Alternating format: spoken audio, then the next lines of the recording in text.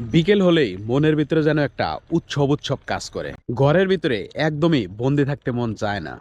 তাই বিকেলের এই আবহাওয়ায় ঘুরতে বের হলাম। এমন একটা জায়গায় ঘুরতে আসছি যেখানে বিশাল কর্মযজ্ঞ চলছে। উত্তরার আদলে নতুন একটি শহর তৈরির কর্মযজ্ঞ চলছে এখানে। এখানকার রাস্তাগুলো খুবই দৃষ্টিনন্দন ভাবে তৈরি করা হচ্ছে।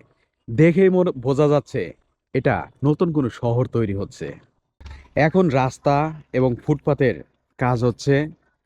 আশা করা যায় কিছুদিনের মধ্যেই এখানে দ্রুতগতির গাড়িগুলাও খুব দৌড় দিয়ে চলে যাবে।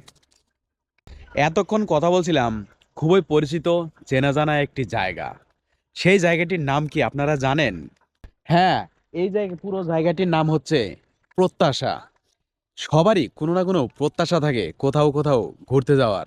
ঠিক সেই প্রত্যাশা নিয়েই আমি এই প্রত্যাশার মাঠেই ঘুরতে আসলাম এবং এখানকার সামান্য কিছু ভিডিও আপনাদের সাথে শেয়ার করলাম। যদি ভালো লাগে তাহলে আপনার মূল্যবান মতামত অবশ্যই কমেন্টে লিখে যাবেন। এই প্রত্যাশার মাঠে ঘুরতে আসলে সত্যি আলাদা একটা অনুভূতি কাজ করে।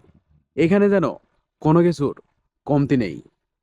আমার বাসার কাছাকাছি হয় আমি প্রায়ই এই জায়গায় ঘুরতে আসি। এই প্রত্যাশার মাঠটি এত স্পেশাল হওয়ার কারণ কি আমি যদি আপনাদের দেখাই, পশ্চিম দিকে অর্থাৎ এই মাঠ থেকে পশ্চিম দিকে হচ্ছে আশুলিয়া, আর আশুলিয়া পড়ছে সাভারের ভিতরে। এবং যদি দক্ষিণ দিকে দেখাই, দক্ষিণ দিকে হচ্ছে উত্তরা। উত্তরায় 11 নম্বর 12 নম্বর সেক্টর। এবং আমি যেখানে দাঁড়িয়ে আছি এই জায়গাটা কিন্তু সম্পূর্ণই গাজীপুর। এই জন্যই এই জায়গাটা এতটাই স্পেশাল। আর এখানে আসলে আপনি বিকেলের একটি চমকপ্রদ আবহাওয়া পাবেন। আর কিছুদিন পরেই এখান থেকে সুন্দর একটি দৃশ্য উপভোগ করা যাবে। আপনারা দেখছেন আমার সামনে একটি উড়াল সেতু তৈরি হচ্ছে। অর্থাৎ এটা হচ্ছে আবদুল্লাপুর থেকে চান্দরা পর্যন্ত।